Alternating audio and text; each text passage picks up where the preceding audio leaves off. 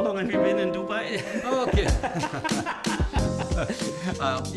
I arrived Monday night, or early in the morning on Tuesday, and started my service on Tuesday morning in the clinic. Yes, and you were trying to do some you did a surgery yesterday, but your surgery for tomorrow has been postponed because of insurance. Insurance issues.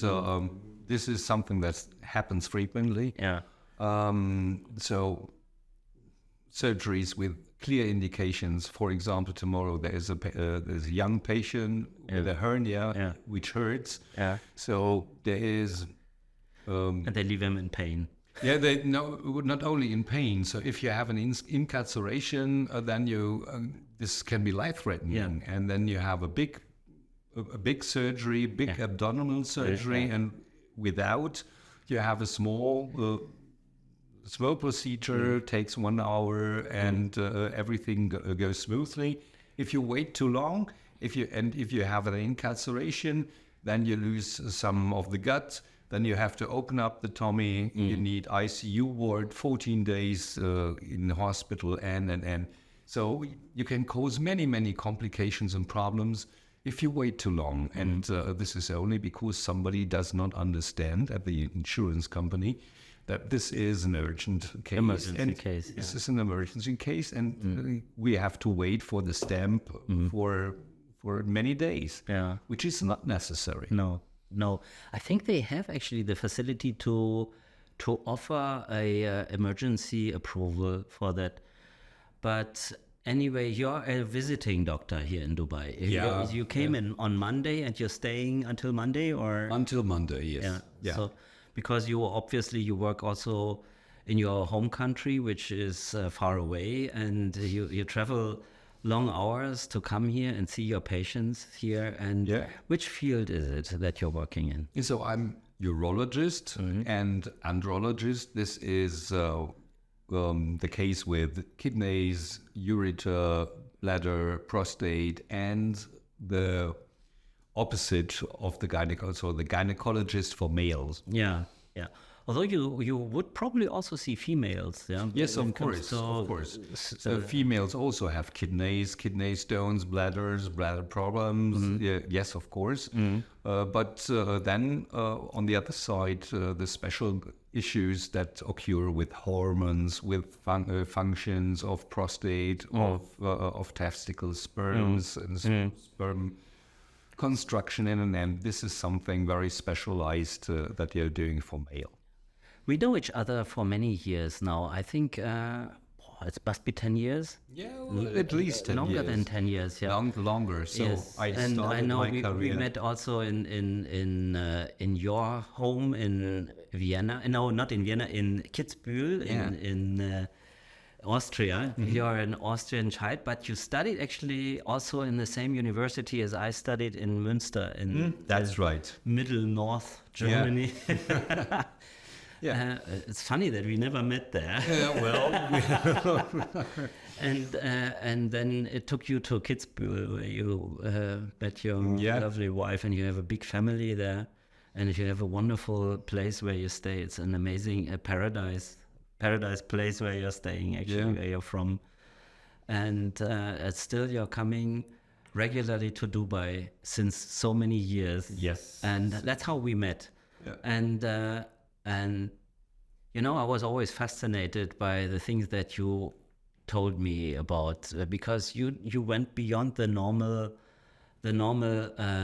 career of a urologist, andrologist. I mean, there are so many out there who run their clinics, but you wanted to do more. You were very much fascinated in treatment of cancer and tumor. Yes, well, this was one gave the other. So I was brought up in, let's say, in a not very well financially situated family. My father was running a workshop. He was mechanic, and of course, I was trained as a mechanic when I was 2 years old. I could hold all these tools, and then I decided to study medicine. And during my practice, I had to assist during the surgeries and to hold all the hooks.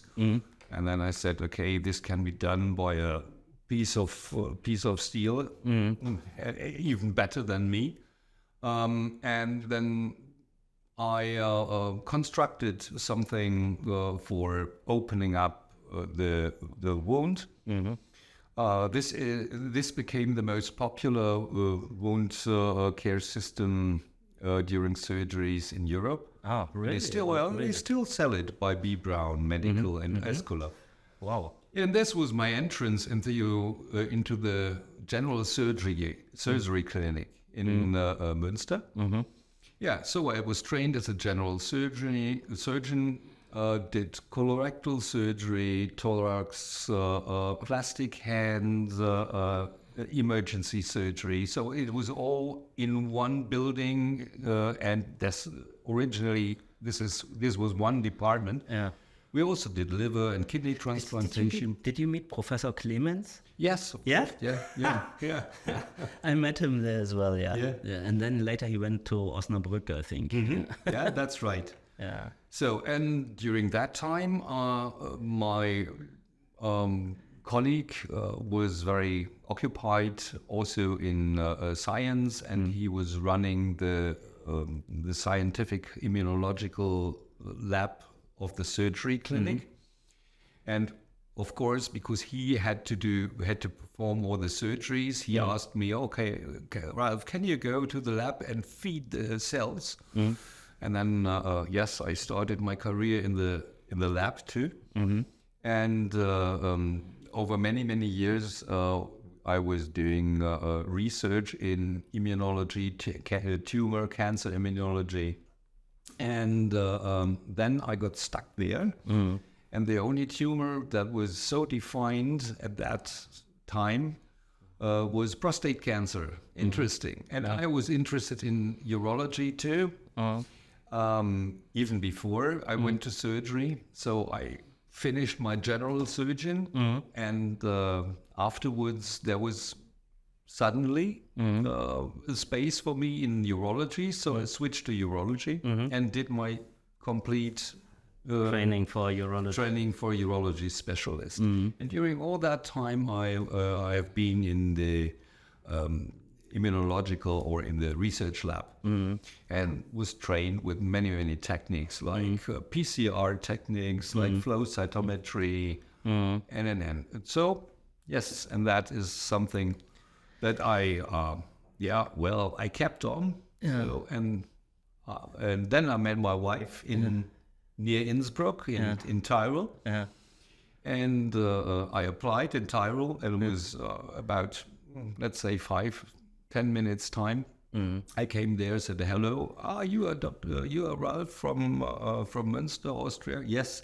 Okay, can I show you the clinic? Yes. And then we went around, and he said, okay, here we have this, here we have the OR, here we have the outpatient clinic.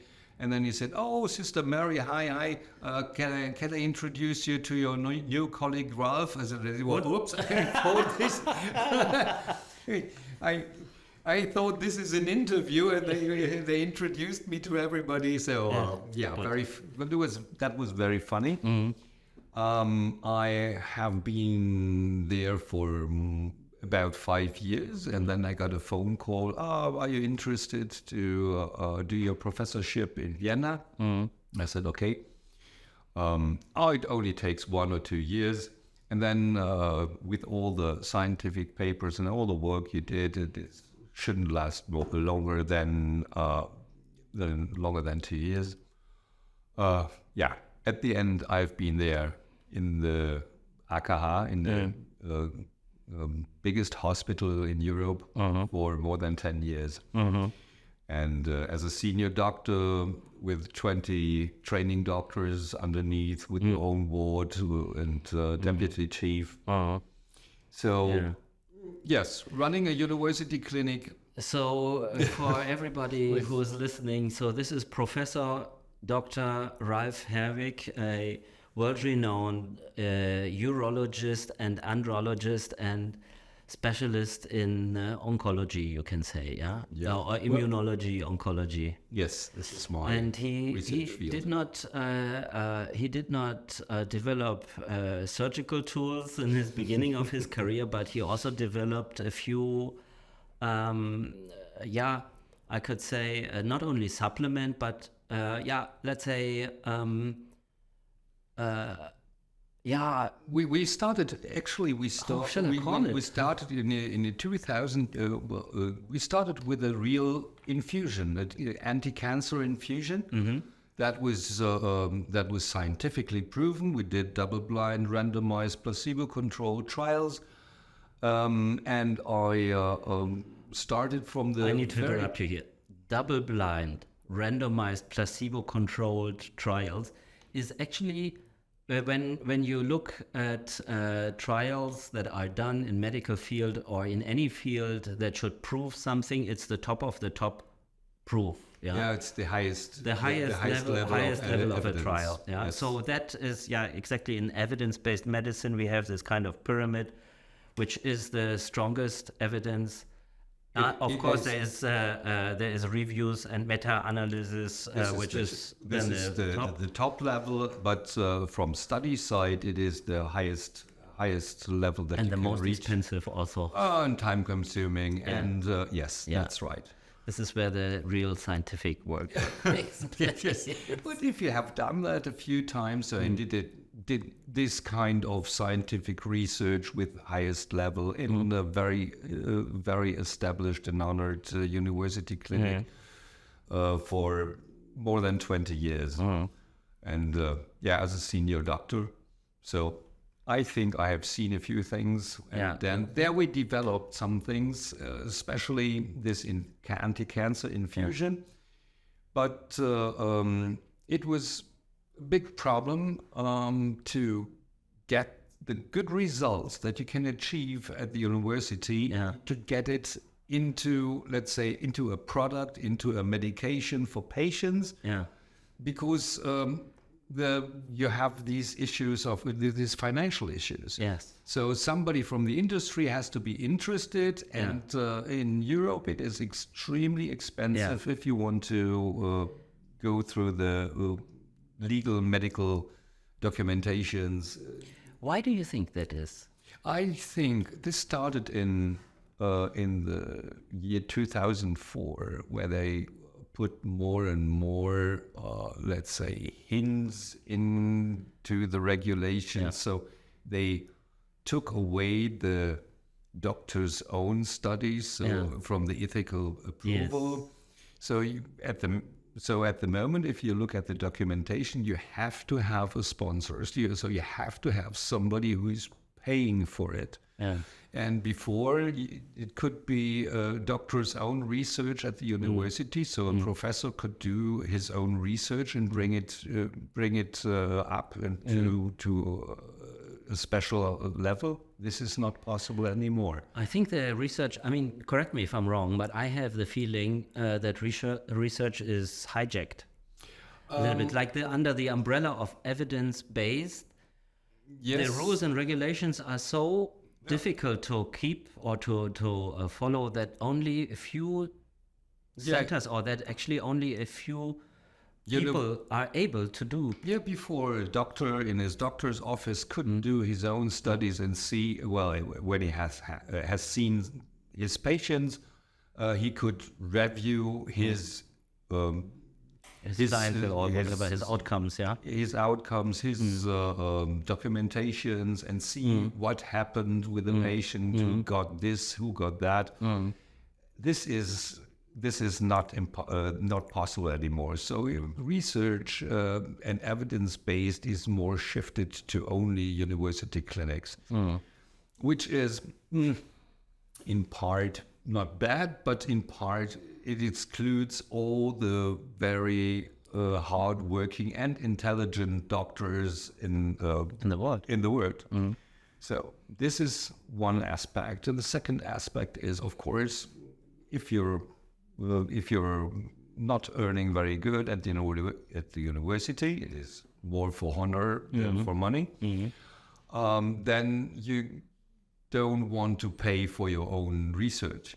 So more and more companies are going in and building research centers within the university. They finance it, and of course the research at these research centers are doing the research which is funded. And therefore we don't have real good innovations. Could it be, I mean, is it possible that only research is funded that leads to a certain desired result? Okay. Of course, if you finance a research, then you expect that the results are beneficial for the are running into a special direction. If this is not happening, then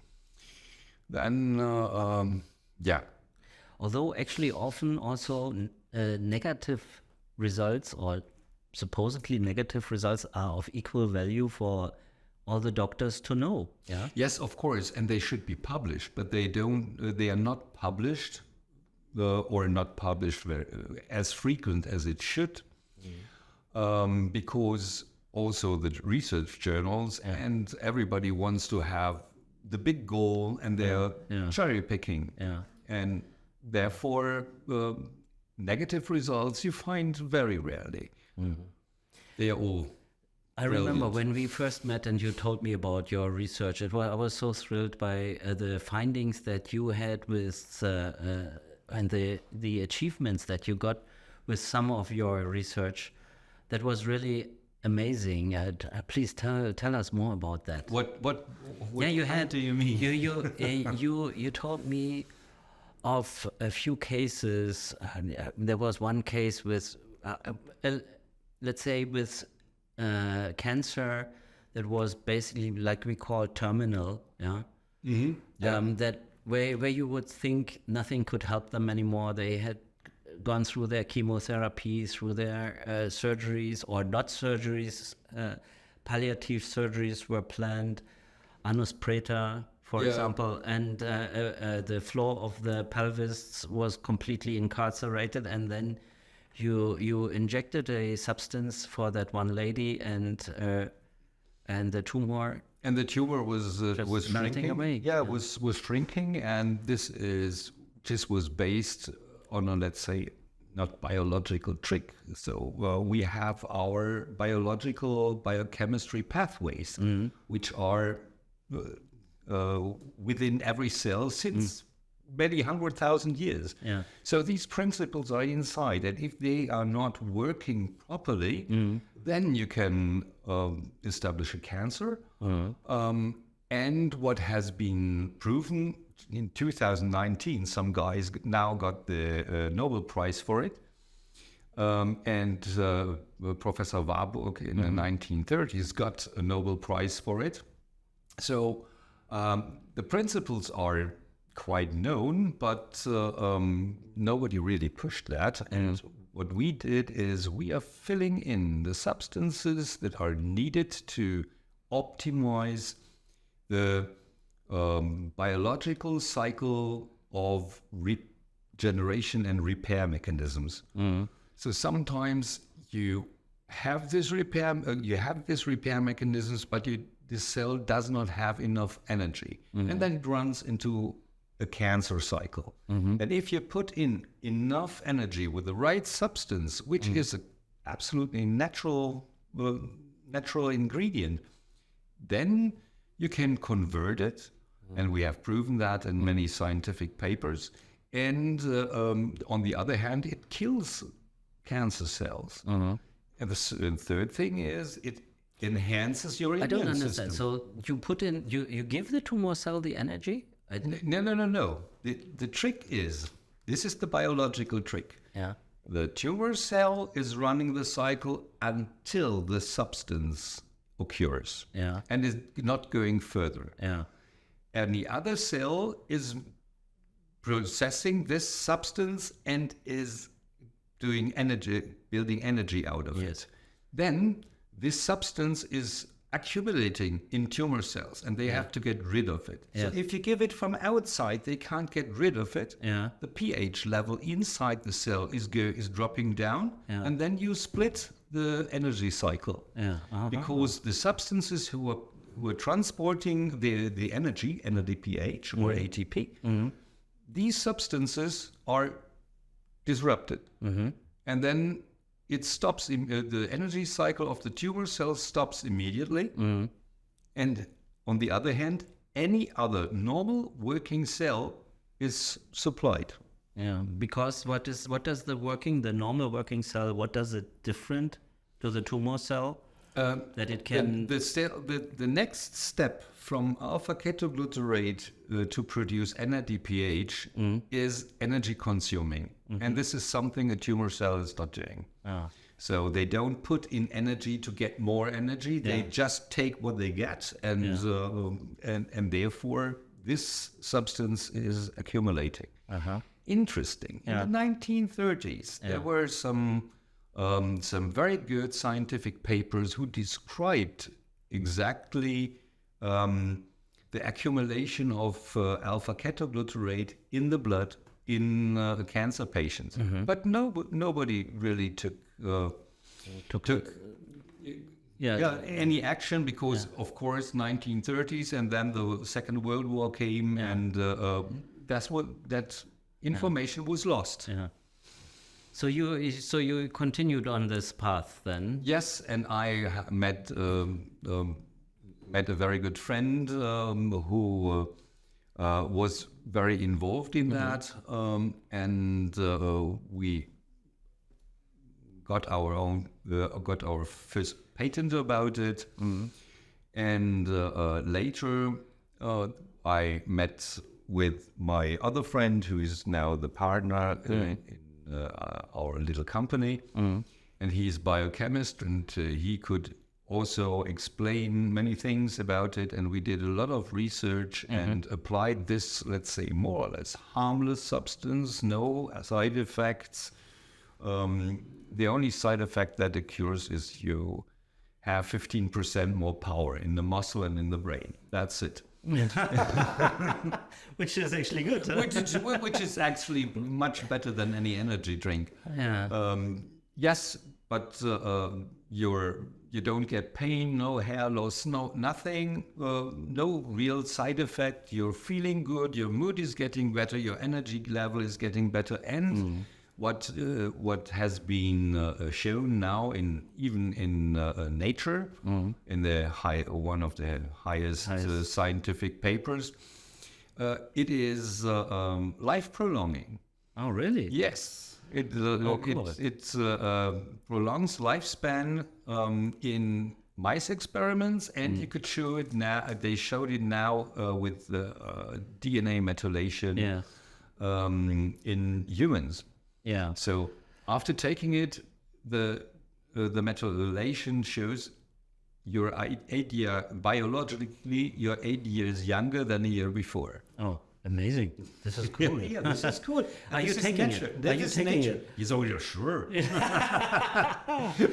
So so this substance can be bought from you, and you're selling it? Yeah, we have a special combination of natural substances that work together as our experience and our research shows us. So I'm coming not only from the clinic, I'm a clinical doctor. I see the patients, then I provide the supplements and observe the patients. So I get the feedback from the clinic, and I have the feedback from research. So yes, of course. So you do not only operate. If I come with or if somebody comes with a prostate gland cancer to you, you would not only, let's say, discuss with him the surgical options, you would also discuss with him the other options that... you see, there is another, what you said, there is another substance that we were observing, and we are producing it.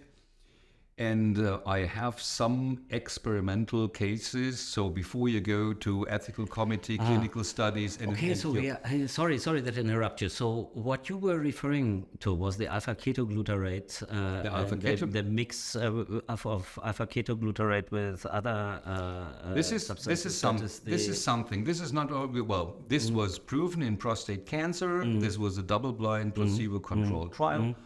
So this is proven to be good.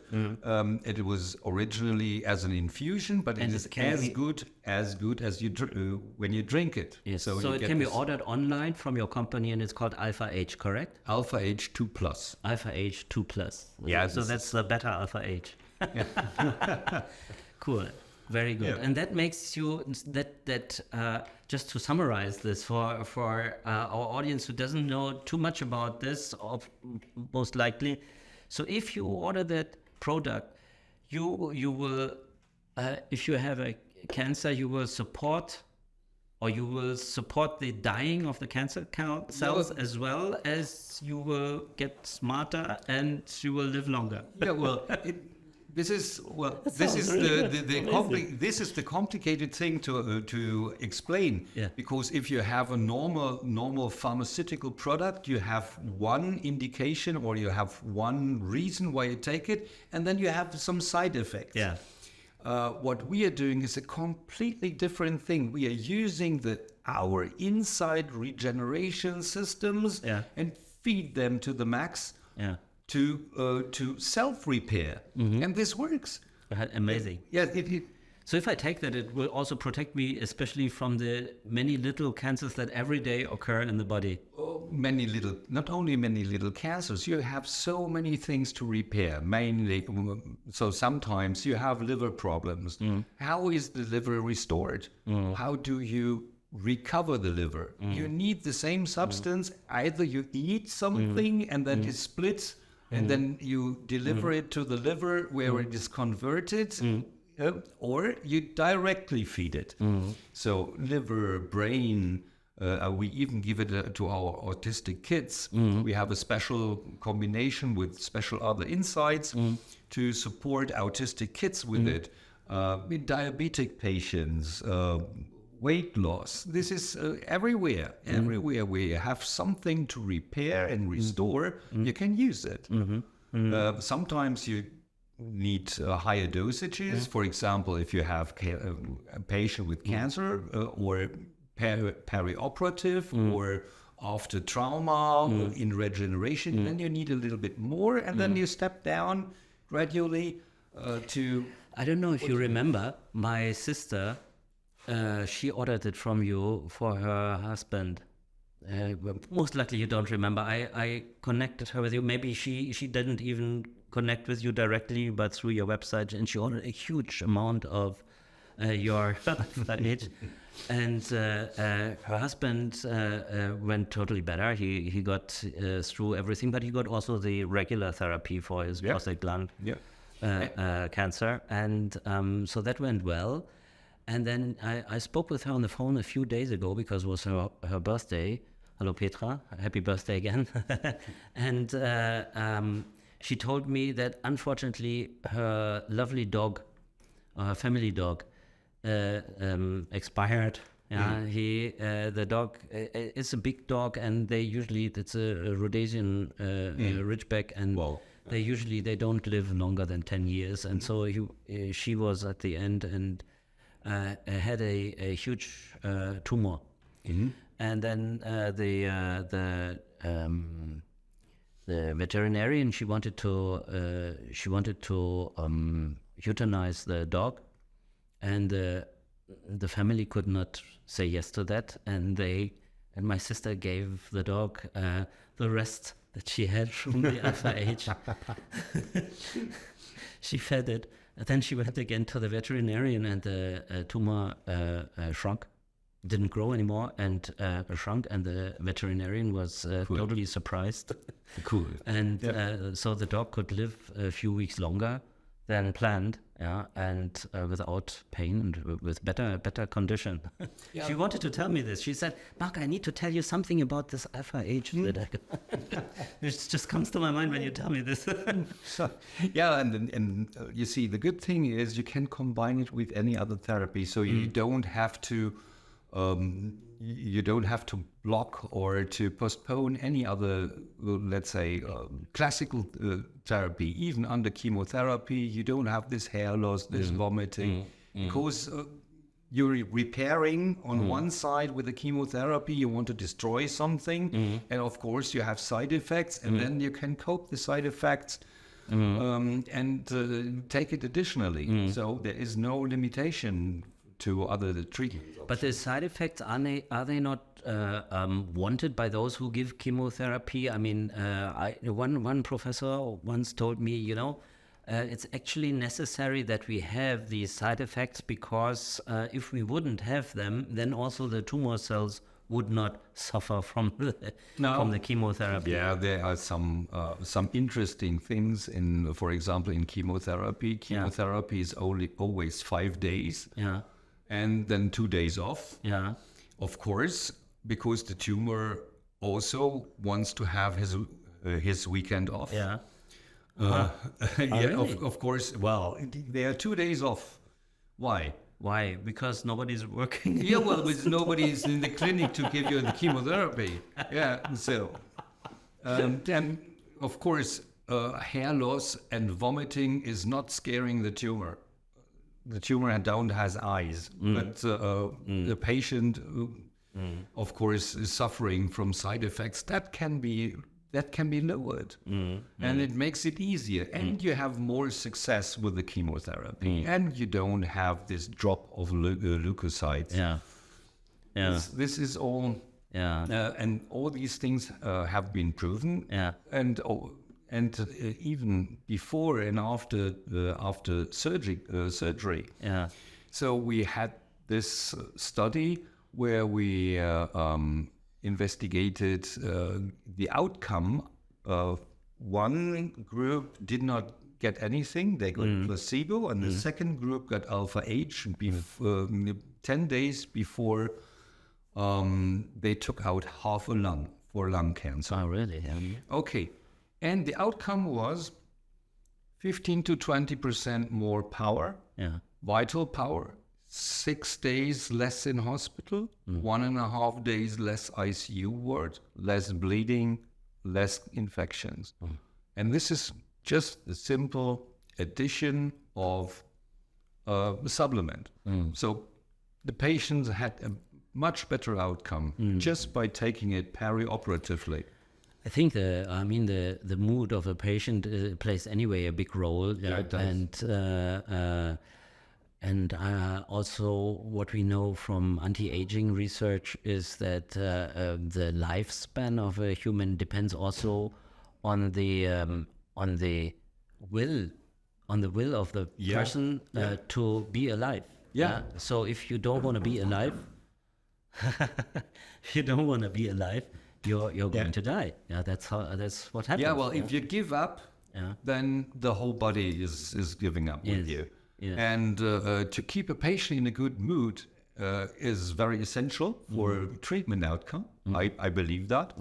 And if you give the patient the opportunity to have a good, let's say, treatment and a good course without suffering too much, then of course he will follow the lines, and then he has a better outcome than patients who are in bad mood and don't believe, this is not going to be successful, and I'm suffering so much. And then and especially in my field, in ENT, if you have these floor of the mouth cancer or so, and then obviously if you do extensive surgery, your life quality is going to zero, close to zero. How can you love your life then? It's very. I think the surgical option is becoming less. I don't know. I mean, well, you see, surgery is something that is established in a few thousand years. surgery for a tumor. Of course, we have evolved it, and we have now robotic surgery, laparoscopy, and but the principle is to take out a tumor, completely take out a tumor. So it depends on the extension of the tumor. So the stage, when do we detect it? And of course, the goal should be to take out all the cells, because the residual cells could grow again or spread. And whatever we can do to shrink the tumor before complete extraction would be optimal. Now the so-called immunotherapy is based on the principle that we give monoclonal antibodies, block a little, let's say, a little pathway. Yeah. We know we have hundreds of thousands of pathways. Yeah. But you block one little pathway and hope that this pathway will influence the tumor. It works in many cases for a limited time, but after a while, this immune therapy is not as effective as it was in the beginning. In the beginning, or it should be.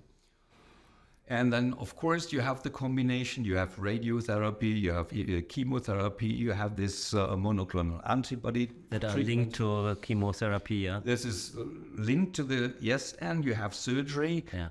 The most essential thing is detect a tumor early, and then you have many treatment options. The more the tumor is grown, the further the stage is, the harder it is to restore the body, or to keep it keep the body alive for a certain lifespan.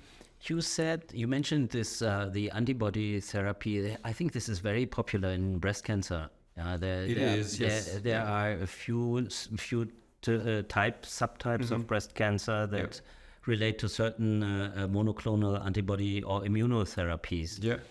And but you said you've referred to it with the so-called immunotherapy. Yeah, immunotherapy. Yeah.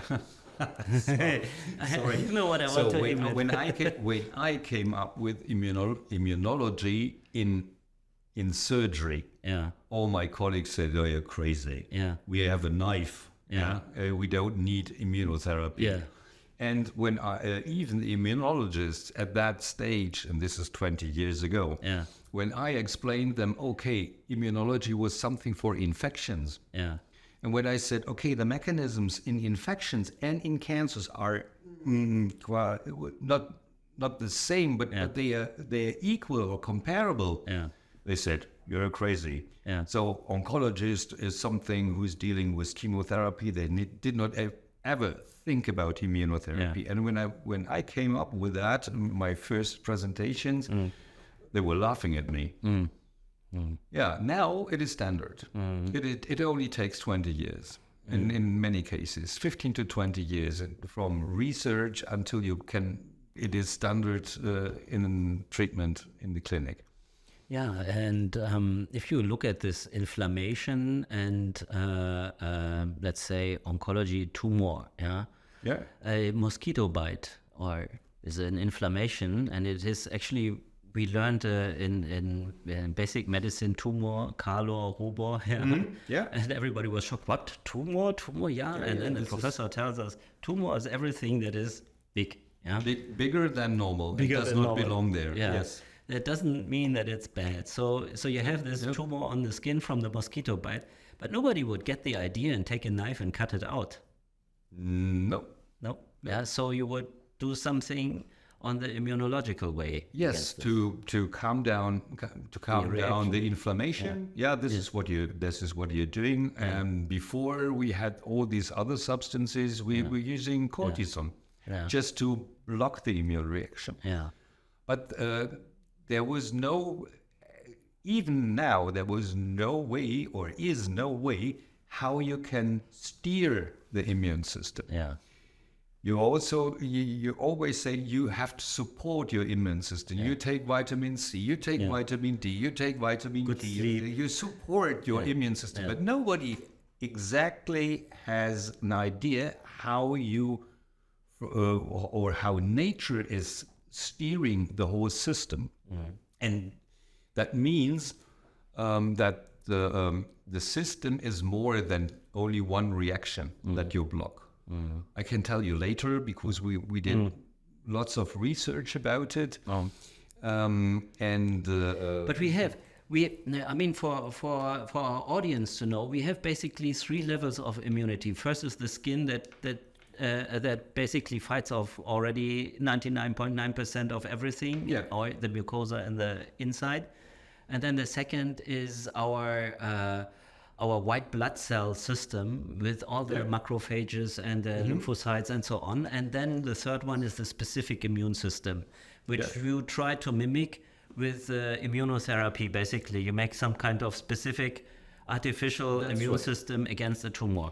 That's right. So in the second level, there are cells that are usually very capable to understand what's going on in our body and fight that off, these macrophages. They are just like amoebs. So like they are like bacteria actually. They are like they can patrol through the body and sense when there is something that is not okay. And I think you have another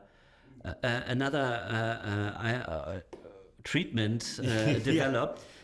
How to steer the immune system in a way there. So from the beginning, macrophages, which are, let's say, the center cells of our immune system, are my house pets. This is where I started. You sleep with a macrophage in your bed. Well, when I was sleeping in the laboratory, yes, I did. Well, very, very interesting cells, and so. If you imagine, only a few years ago, we developed or we got aware H. pylori, which you have in the stomach, is a bacteria. And the bacteria is causing gastric cancer. Oh, really? Yeah. Yes. And since we did this eradication of H. pylori, the gastric cancer rate dropped dramatically.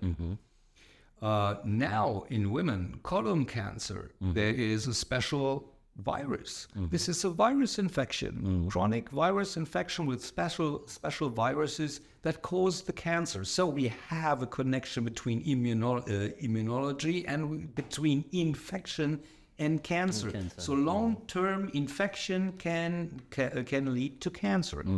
And the cells who are most important is the cells who first recognize that something is going wrong. And that works like this. You told before, these macrophages are looking like amoeba. Yes, they can go through the body, patrol through the body, through the bloodstream, and they so-called phagocytize. So they eat cancer cells, bacteria, germs, fungus, and they split them off and show the rest of the cells which part of these with enemy they have to attack. So they are the policemen and the dustbins. And what I did first is, well, what every private detective does. If he's going to explore something, he's looking into the dustbin, and then you know exactly what's going on in the house. So yes, and from that part, I started to explore more the function of macrophages, and they give signals to other cells, to T cells, B cells, who are responsible either for the long-term brain and for the storage and for the acute cellular and specific attacks.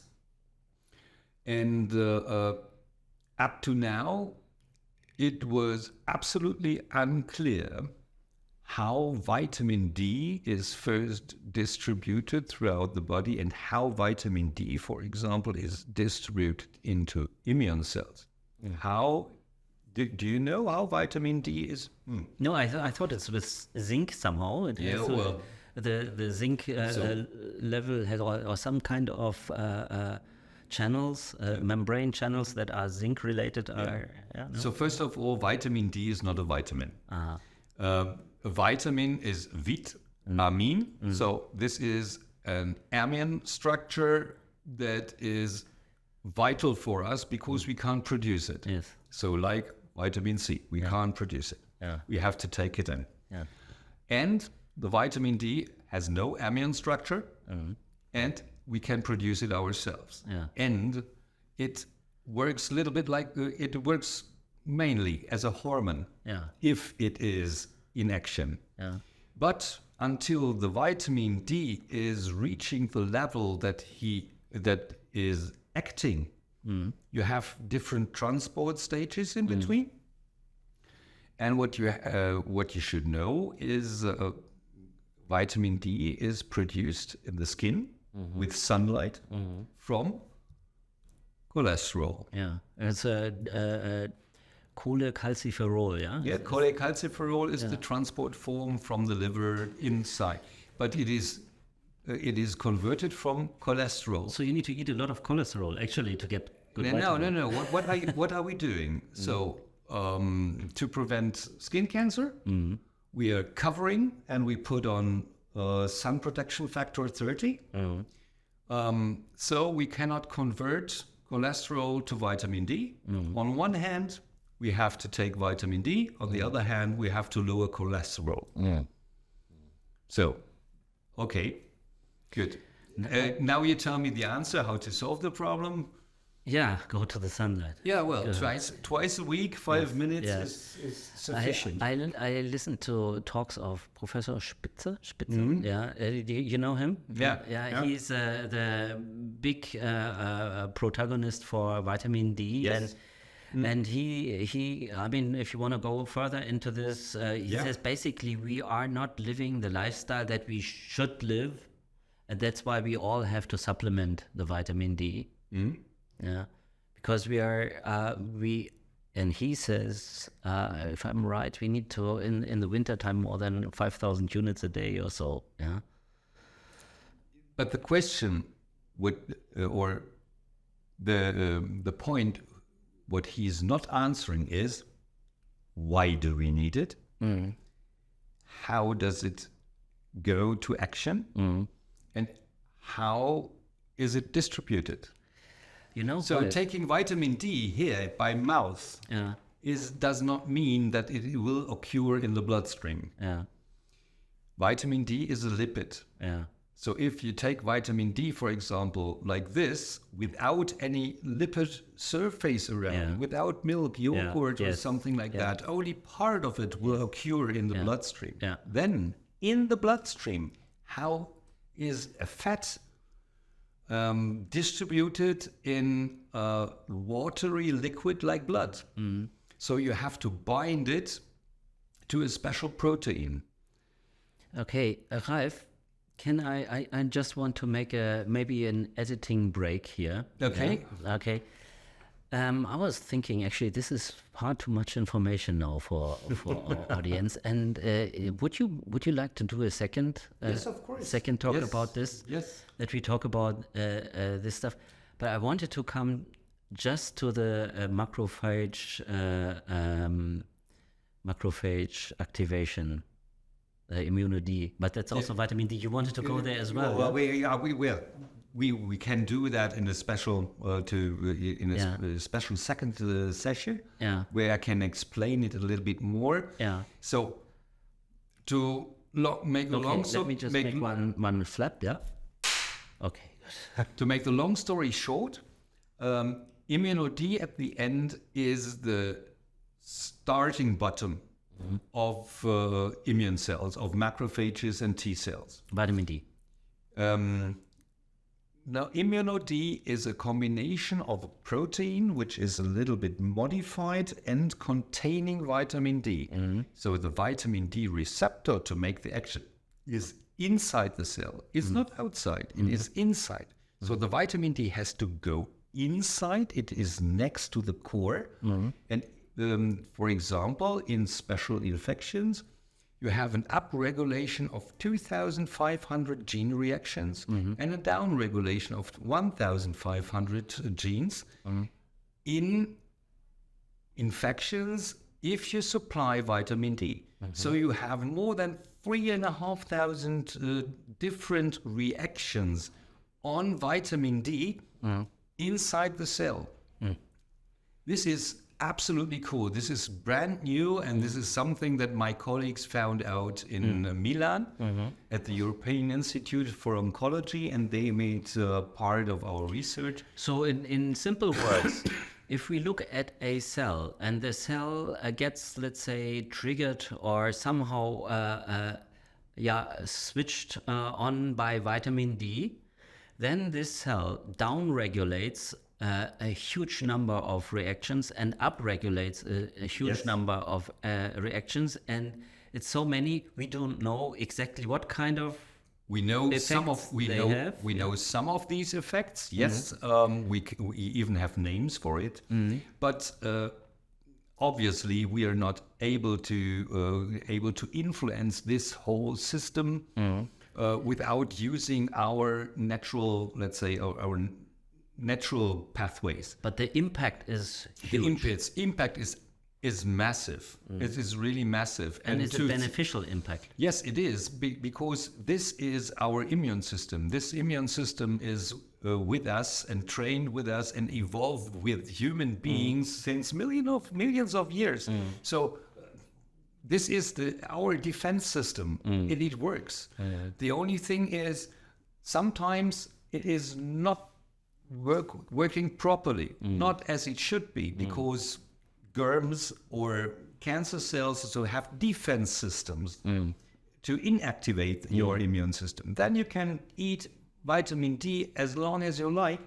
It is there, it is in the bloodstream, but it is not going into immune cells and it is not converted. And therefore you need the start button, and then you can utilize the vitamin D from the bloodstream. And this is Immuno-D. So this is another substance that you Immuno-D is a trade name of a supplementation, vitamin D supplementation that you and your company or your colleagues, you have developed that. And this Immuno-D has very special effects. I mean, I know that for sure because I know the substance already for a while. And it is, from my understanding, it can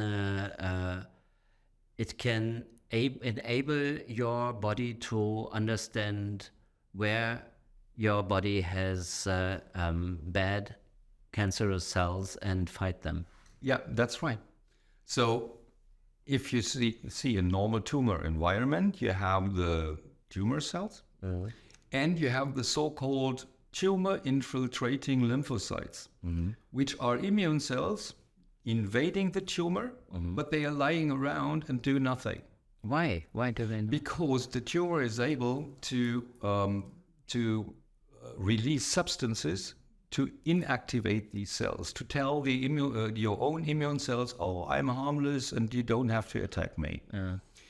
And these substances diluted by the tumor, there were some ideas to reduce them so that the immune cells can restart.